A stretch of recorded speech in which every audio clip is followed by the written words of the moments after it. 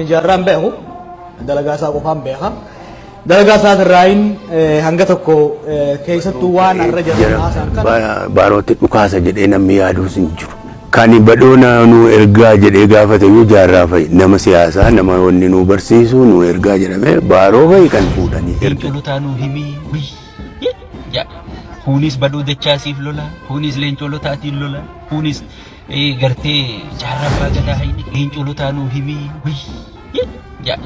kunis badhoo dachaasiif lola kunis leencolotaatiin lola kunis gartee jaarraa baagadaa hayni በጣም በሚያስደንቅ ሁኔታ ሎጋ መልከ መልካም ሲናገር የሚያምርበትና የሚናገረውን የሚያቅ ሱማ ኦሮሞ ኩደሰገል ቶርባተሚ አፉር የሮጀል ቀቤ ካሴ አረርጌ ከሰቲ መቃ አይፌሎቲፍ መቃ አደብል ሱማ ኦሮሞቲን ኦቦሎተ ለመቶ ወለት ዱኳሳቱ ልቡ ኢጆሌ ኦሮሞ መቃቱ አረርጌ ገሞጂ ከሰተ ኦቦላሜ ጃራን በሁ ደለጋሳ ቆፋን በኻ dalagaa isaa irraayin hanga tokko keessattuu waan arra jarru kun haasa'an kana bifa xiinxalaatiin ma'anaan sii maali qabsoo Oromoo keessatti ka jiru irraayin dubbadha. Kunis maali haasaa irraati irraa akka hubattanitti namni hedduun kan irra deddeebi'ee dubbatu jaarraan ganamarraa kaasee hanga guyyaa akhiramutitti wanni inni hedduu fardeeffatee dubbatu waa'ee qawweedhaati.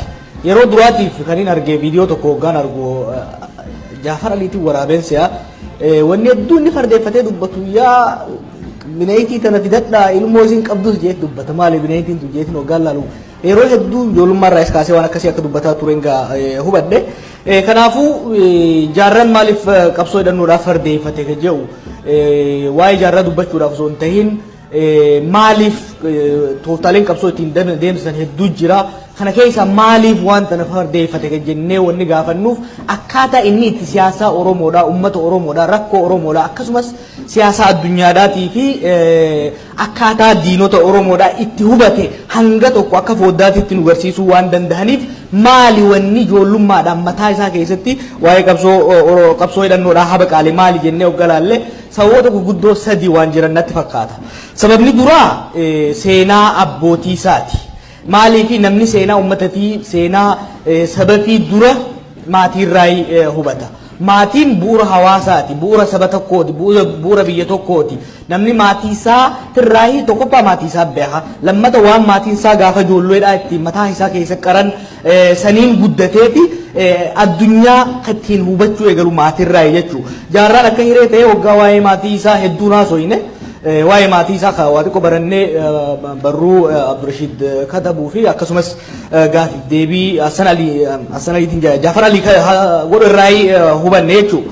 Kanaaf waa'ee maatii isaa waggaa hubannu dhiiroo eenyummaan maatii isaa seenaan maatii isaa tun hanga tokko waan qabsoo hidhannoo kanarratti akka fardeeffatu godhuun ooltu yaada jiru tun mataa keessa na dhufa. Maaliif waggaa jennee akkuma reefuu Abdurrashiid kaayetti abaaboon jaarraa Ibro Shakaa waraan son adda bilisummaa Oromoo kudasagal torbaatami afur yeroo jalqabee kaasee Harargee keessatti maqaa IFLootiif maqaa adda bilisummaa Oromootiin obboloota lamatu walitti dhukaasaa ture. Lubbuu ijoollee Oromoo meeqatu Harargee gammoojjii keessatti obbolaa meeqatu wal galaafate maatii meeqatu buqqe meeqatu qeessaa rabbaqan ilmaan Oromoo hamma diinatti dhukaasan caalaa walitti dhukaasaa ture. Hamma diina balaaleffatan caalaa wal balaaleffachaa ture. Maqaa IFLootiif maqaa adda bilisummaa Oromooti. Sana hundumaa dandamanne immoo gangalatee dhuma sagaltamoota keessa immoo rabbi nabsa isaanii maaru yeroo hayyu dureen adda bilisummaa Oromoo. Badhoon ka'ee jara baarootti dhukaasa jedhee namni yaaduus hin jiru. Kan badhoona nu ergaa jedhee gaafate yoo jaarraa fa'i nama siyaasaa nama wanni nu barsiisu nu ergaa jedhame baaroo fa'i kan fuudhanii ergan. Namuma wajjin barruulee barreessaa turtan namumallee waliinuu walgahii adda addaa godhataa turame. Sammuun isaa tuqamee tarkaanfii kana fudhate jedhamee ibsamuu sanatu tarii namoota tishakkii dabalataa uume laata. Meetarii dhiigatu hir'annaanitu jedhaniitu re'ee tokko qalanii re'ee sana waliin nyaanne guyyaa sana. Tarii mariin ture sun qabxiin isaatuu beekame qabxiin irratti mari'atama. Isaan gaafadhu. amma sababa sanaatiifitu wal biriifii sana keessaatitu wal dhabbiin dhalatee kanaafitti dhukaaseedha fiduu barbaaddeemmati. Yaanatu barbaade. Jaalli Galaasaa Dilboo aangorraa ka'an maqaa qaacaa adda bilisummaa Oromootiif shanee adda bilisummaa Oromoo jedhuun obboloota lamatu walitti dhukaasaa ture. Gammoojjii Booranaa keessatti uummata ishee bilisoomsuudhaaf qawwee kaastee daggala kan galte ijoollee Oromoo meeqatu wal fixe. Hamma diinatti dhukaasan caalaa walitti dhukaasaa turan. Wal barbadeessaa turan. Inni kaan meeshaa guutuu fudhatee buttaadhaan muraasaan birgeedii fudhateetu waraana yeroo sana mootummaa yeroo sana turetti galan. Diyaaspooraan biyya ambaa keessa taa'ee lafa qulqulleessee duddaa cabee taaksii oofe afaan ijoollee isaarraa fuudhe biyya koonaa bilisoomsitu mootummaa gabroonfataa kanarraa kaastu jedhee jabana sana keessa meeshaa bitee fi ergan meeshaa sana hundumaa guuratanii harka mootummaatti galan bara sana keessa bara wayyaanee dhuma 1990 keessa ijoollee Oromoo meeqatu wal fixe. Sun hundumtuun keessa baane jennee gangalatee dhufe bara 2003 waan akkasii gaafachuu dhiisaa. This is nonsense. Erga achi deemame immoo erga baaroonfaa deemanii yaadii dhimmoota qabsoo hidhannoo kana wajjin wal qabatan yaadii wal faalleessu yookiin yaadii wal mormu yaadii diddaa bakka sana tureera. Sigaaraa amma yeroo wanni inni gamshaa mara inni tuutu guddaa isaa maree tuuta. Kitaaba waliin yeroo dubbisuuf yaallu fuula 3-4 bira darbee 3-4 darbee dubbisama. Attamitti guutummaa isaa dubbisama kitaabinaan jedha.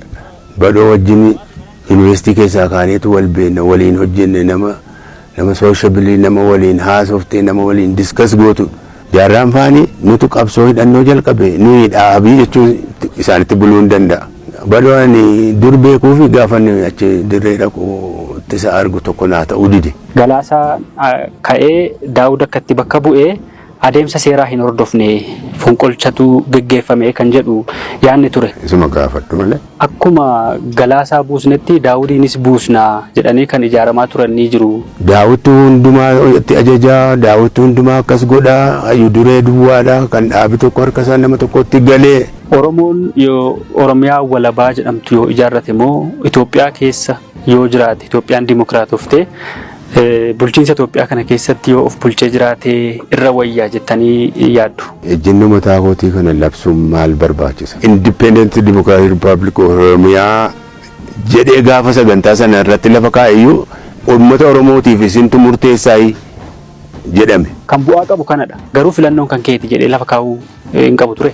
Saboota kan biraa wajjin jiraachuutu irra bu'aa qabaaf hin jedhaan. Garuu adda bilisummaa Oromoo lafumaa gaafa kaa'u adda bilisummaa. Harootumsaa namajjeese leencoolotaa nuu himee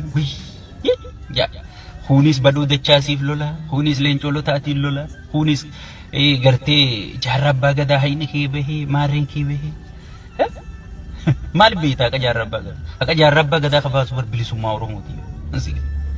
Dhugaa jaarraa abbaa gadaa kabaasu bilisummaa Oromooti malee namni kitaabaan dhugaa jaarraa abbaa gadaan baasu kushaa shakkaa garan qabu.